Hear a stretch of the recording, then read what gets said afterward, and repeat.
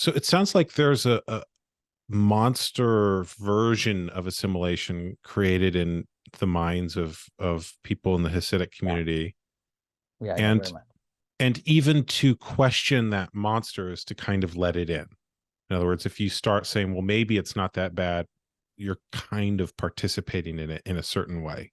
Definitely. And you have similar thing when it comes towards sexuality, for example, um, where even in a culture where even masturbation was considered worse than murder. Wow. Why is it that that's considered so bad?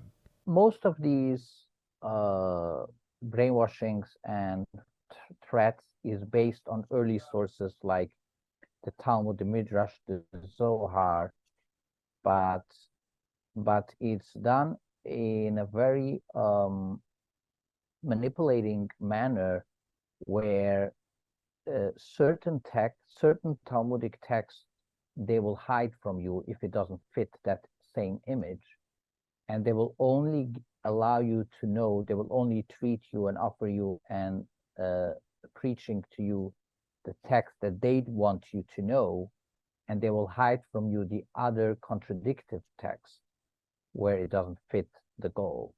So, for example, we were told a lot about heaven and hell, and they are publishing books and anthologies and collections from rabbinic sources about hell, but we were never even told once that there are rabbinic opinions who deny hell.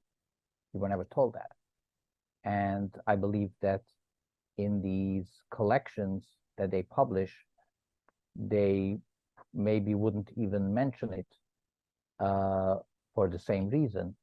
And that's why it took me decades, not just for me, but I know many other Hasidim that were seeking these knowledge, and it took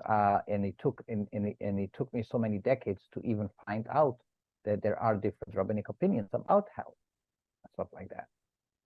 And the same thing when it comes to, for example, to secular education. We were we we were we were never told that there are rabbis who were pro secular education. We were never told that there are famous rabbis since the Middle Ages that believe that masturbation is not always a sin. We were never told that. So, just to give you an example, how the knowledge, even though it's based on the rabbinic sources, but it's censored, which rabbinic sources we gonna tell you, and you're allowed to know, and you have to know it, and which rabbinic sources you shouldn't even know that they exist. You know. Mm. So if anyone would say these are just following the earlier rabbis from the Middle Ages, this would be a lie. Because if this would be true, why should they hide the other opinions that come also from the Middle Ages? So You see it's what's not, going on? yeah. So it sounds like in the Hasidic community, it's not just avoiding assimilating into the larger culture, but even transitioning to other forms of Judaism or other interpretations of the same 100%, texts. 100%.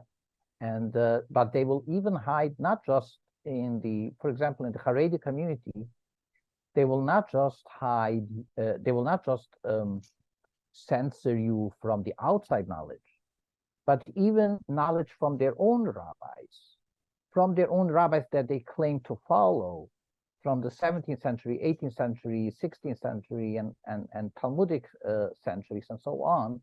They would hide even those rabbis. They will censor even those rabbis uh, um, in